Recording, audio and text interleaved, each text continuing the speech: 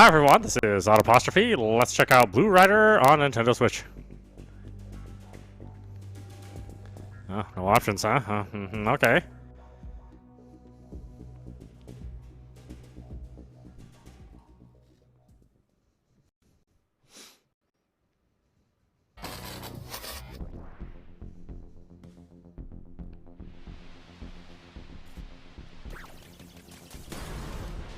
Oh god. It's one of these generic ass shooters. Oh. Well, maybe we can get some enjoyment out of this.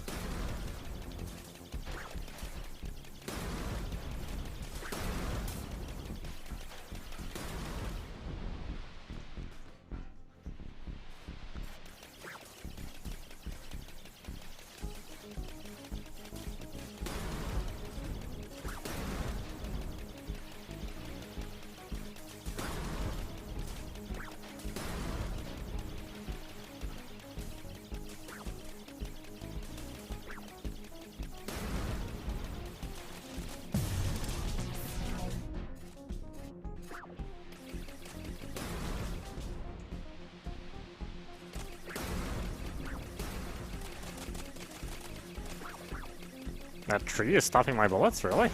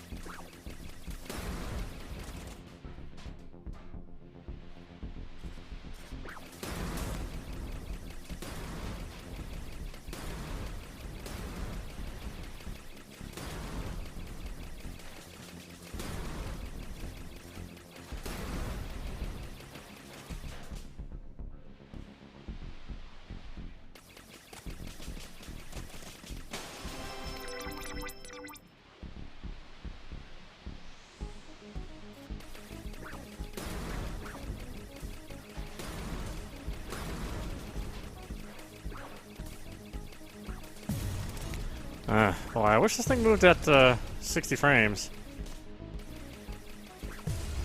I mean, when you have this sort of 30 frame engine, and the bullets move at the same pace as the scenery moves, and your ship moves at the same pace as the scenery moves, and every single enemy seems to have the exact same tack with the same speed bullets moving at the same pace. It's like, you know, if you put a little more work into it and mix up the variety types or the attack speeds of enemies or even how you get power-ups or where you go, that can all make an incredible difference on how a game feels, you know? But if you just put stuff together like this,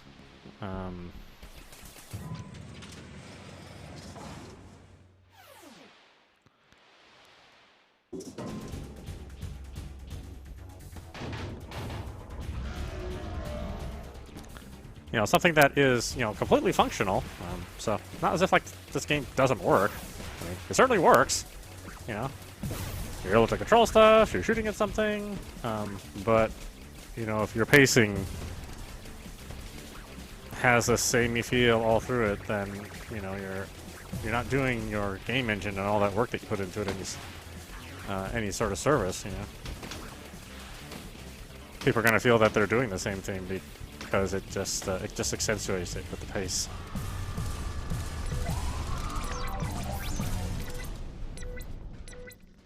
And you know, you need to do quite a bit to shmup to make it have some variety. Because by its definition, the genre itself is really nothing more than moving and shooting. So if all you're doing is putting something together that's competent, that's really not good enough for the genre.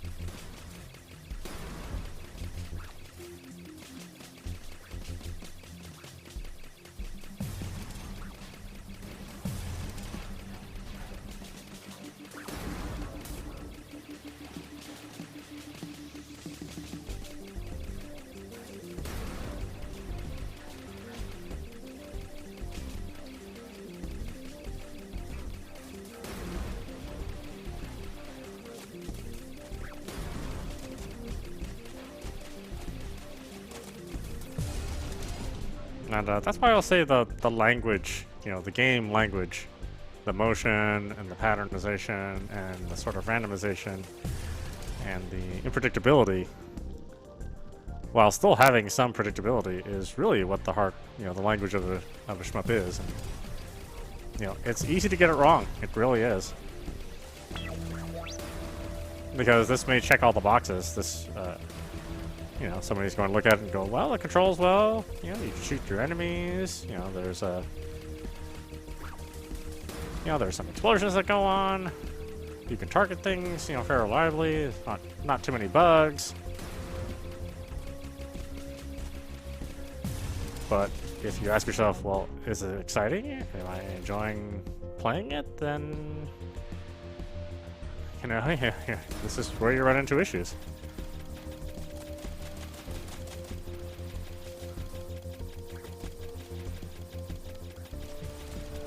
As I said, it's a very hard thing to do. You know, I think there aren't really that many designers that can make a shmup that good, really. And it always seems like it's the easiest genre to tackle because it is, you know, very samey and there's a formula to it. But inside of that formula, you have to mix some chaos up. Otherwise, you'll put your audience to sleep, and you know. Word travels around fast in the shmup 3D. You know, it's a very small community. It's not like there's a whole bunch of people buying these titles.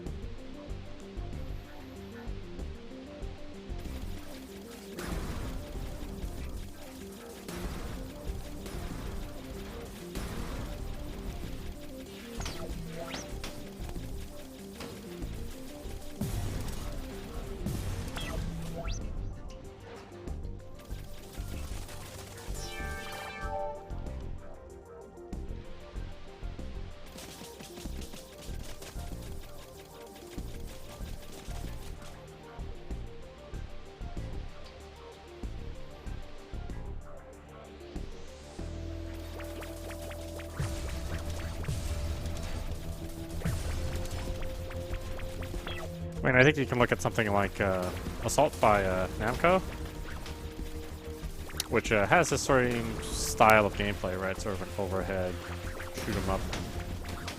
But that game, you know, it had a ton of variety, even though it was a very, very simple game.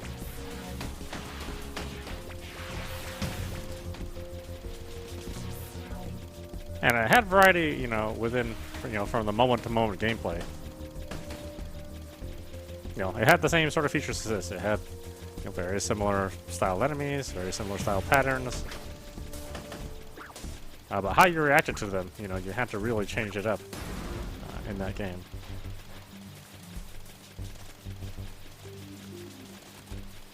And here, you know, I just feel like I really do feel like I'm doing the same thing. You know, even very early on in the game. And again, this is not the thing that. It's not the message you should be giving your, you know, your customers. It's not the experience that you really want them to have, but it's what they'll walk away from if you just take this very measured approach to designing a game.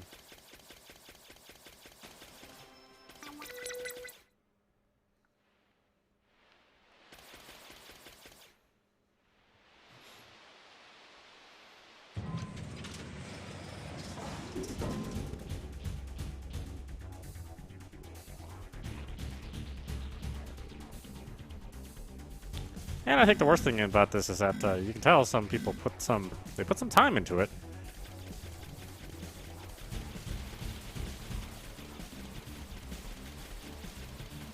Well, you know, this is the kind of thing I would say is in the alpha stages. You know, it's just something that you build. You don't even show your friends yet. You say, well, my controls work.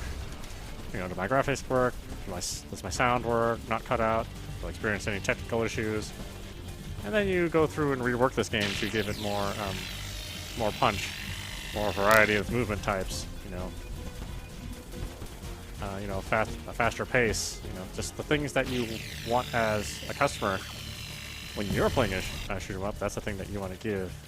That's the thing that you want to give your customer when you make a game.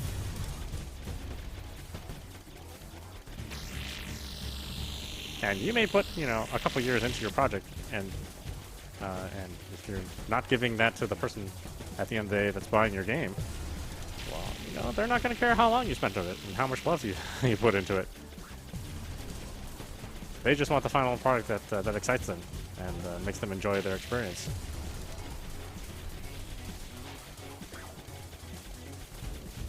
That's what's tough for indie developers is that you know, we'll spend a lot of our own time, you know, working our other job and doing this labor of love, and then it ends up just being average to you know, to the end customer.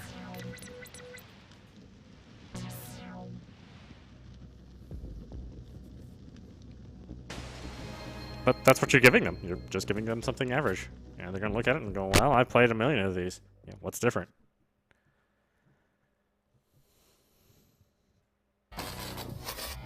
And, you know, your response can't be because I worked hard in it and I'm a nice guy. That just doesn't matter at the end.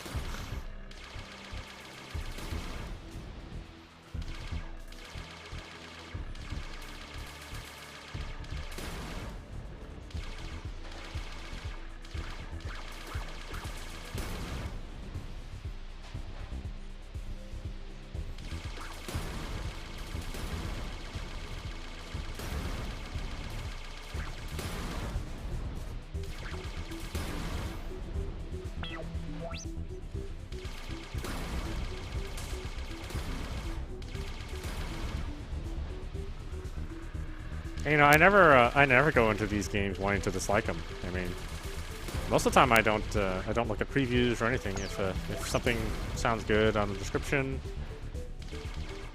that's on the eShop and it's a fairly new release, looks like a genre that I want to play. You know, I'm not like looking at other previews. You know, I'm just looking at what you give me on the eShop, and you know, if it looks like it's something good, then I'll try it. But I never go into these, you know, wanting to hate them or or even wanting to criticize them. But you know, and I know that these games they take a little longer, you know, because they're developed, you know, not with large professional teams. But at the same time, man, what am I playing? You know, I could be playing an old Super Nintendo game or an old regular Nintendo game that would, you know, play circles around this, even with that old technology, with their crappy old controls and their, you know, terrible composite video. All of those old games can give you something, you know, much more exciting.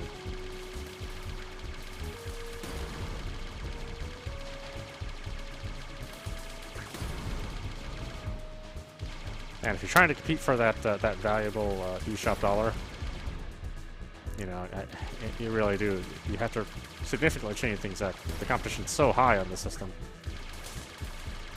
And if you're not presenting something that that can really get people excited and want them to talk about your game, then, you know, just not going to get much of a response.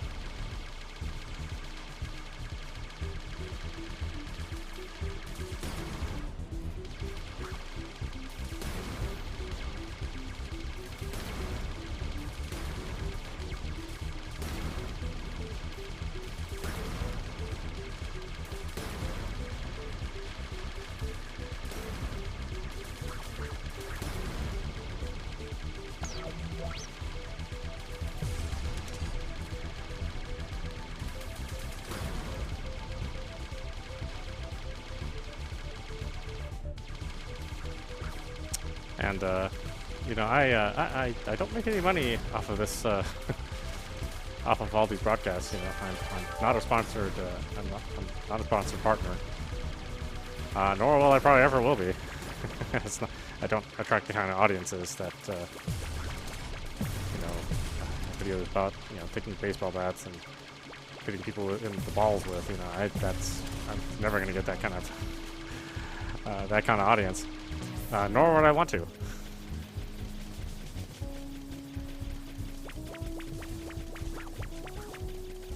And, you know, I don't beg for subscriptions or likes or all that other kind of goofy stuff. I figured if you've somehow made it to my channel, then you kind of already know how YouTube works and really, in general, how the internet does. I certainly don't need to tell you how to do something.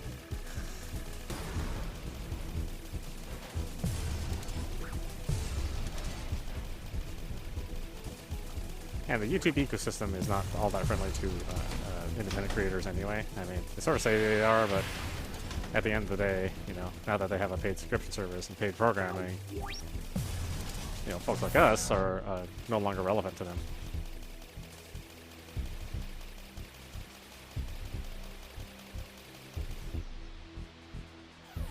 So really, I'm just doing these reviews to show people what's on the Switch and maybe have them make some informed decision. Because a lot of these games are not covered by normal media. There's no profit in it, right? If nobody's talking about a game, you know, what's the point in having a review for it?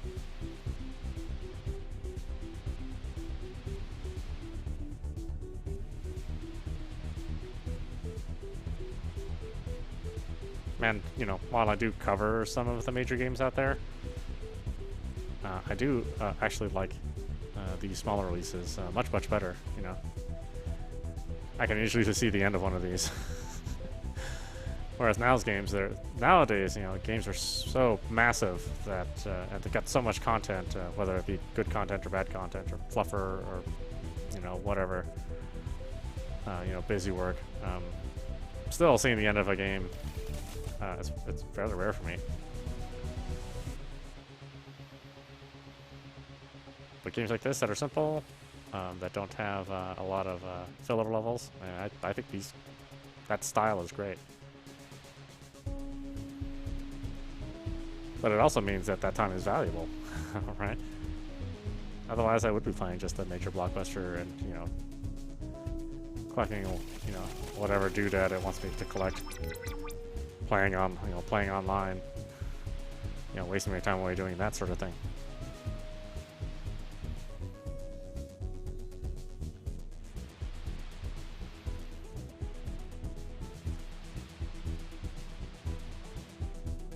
What the hell am I doing now?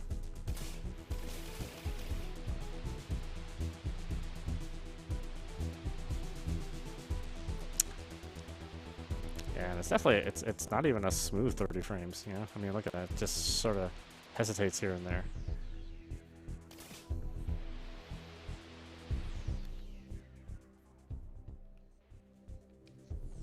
Is there a map in this game anywhere?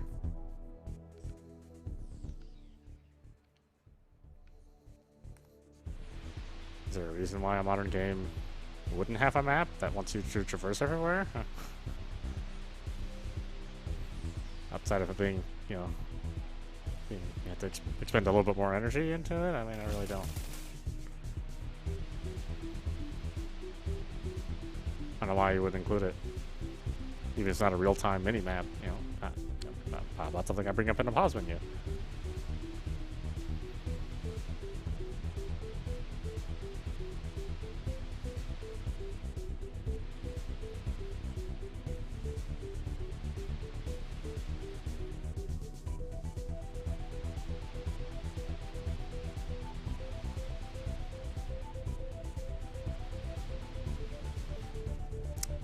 God, why is the view so tight? I mean, I really can't see that far ahead of me. I mean, for a game where you're supposed to shoot stuff in front of you, you should be able to see stuff in front of you.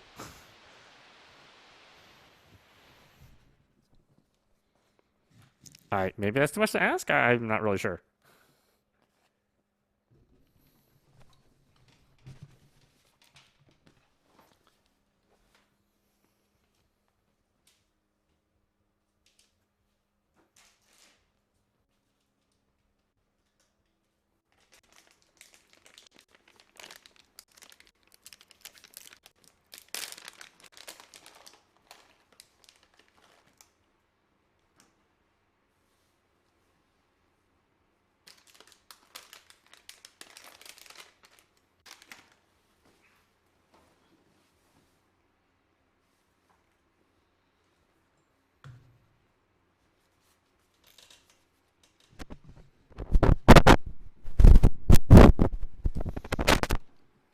Okay, sorry about that catastrophe. Cats only want to bother you when you're busy. It's the nature of the animals.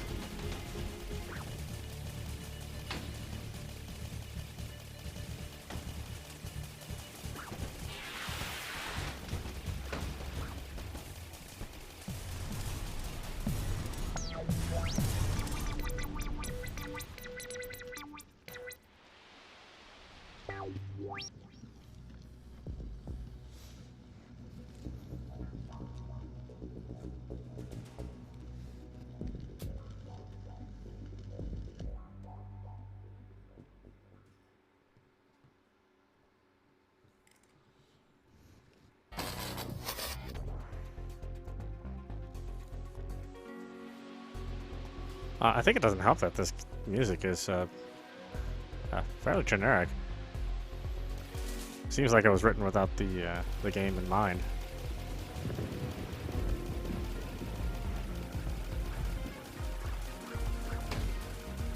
Which can be the real death knell of a shmup. You know, that music has to match.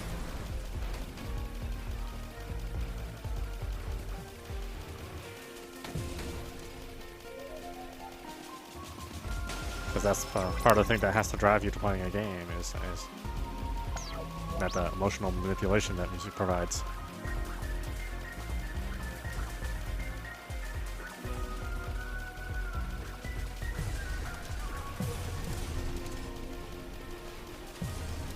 Ooh, oh, frame rate drop there.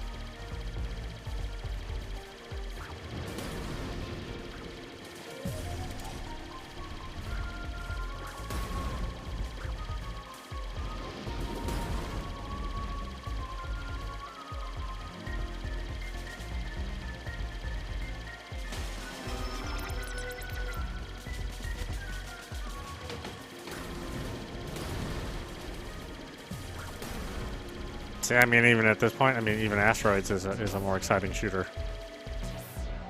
I mean, everything, scrolling and the graphics and the enemy patterns, it all just sort of lulls you to sleep.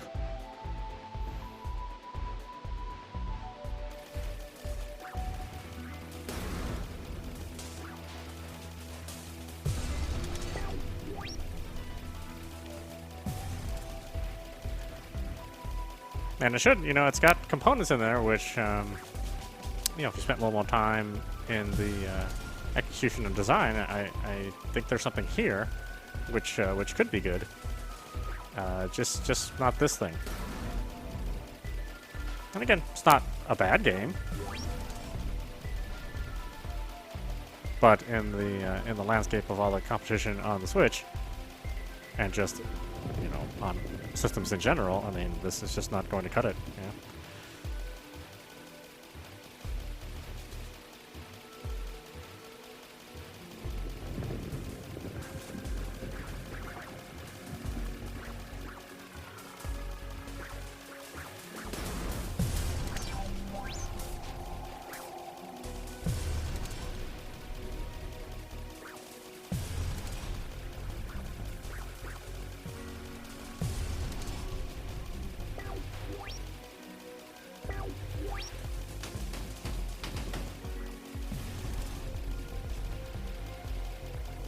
Even all these sound effects are just like the everything from the free sound bank, you know.